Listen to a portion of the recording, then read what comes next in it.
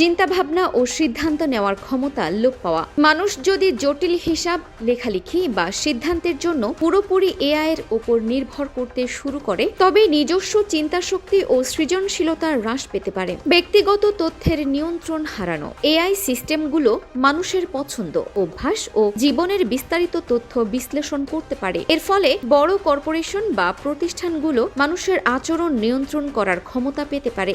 অর্থনৈতিক নিয়ন্ত্রণ। কিছু বিশেষজ্ঞ আশঙ্কা করেন, সমাজের মুষ্টিমেয় কিছু ধনী ব্যক্তি বা এলিট শ্রেণী যদি এআই প্রযুক্তির একচ্ছত্র নিয়ন্ত্রণ পায়, তবে সাধারণ মানুষ কর্মসংস্থান হারিয়ে তাদের দয়ায় পরিণত হতে পারে। এআই কি সচেতন হয়ে মানুষকে দাস বানাতে পারে? অধিকাংশ বিজ্ঞানীদের মতে বর্তমান বা অদূর ভবিষ্যতের এআই এর নিজস্ব কোনো চেতনা, অনুভূতি বা বেঁচে থাকার ইচ্ছা নেই। এটি মানুষের তৈরি ডেটা থেকে শেখে এবং কাজ করে। তাই কোনো রোবট বা এআই নিজে থেকে সচেতন হয়ে মানব জাতিকে দাস বানানোর আশঙ্কা রয়েছে।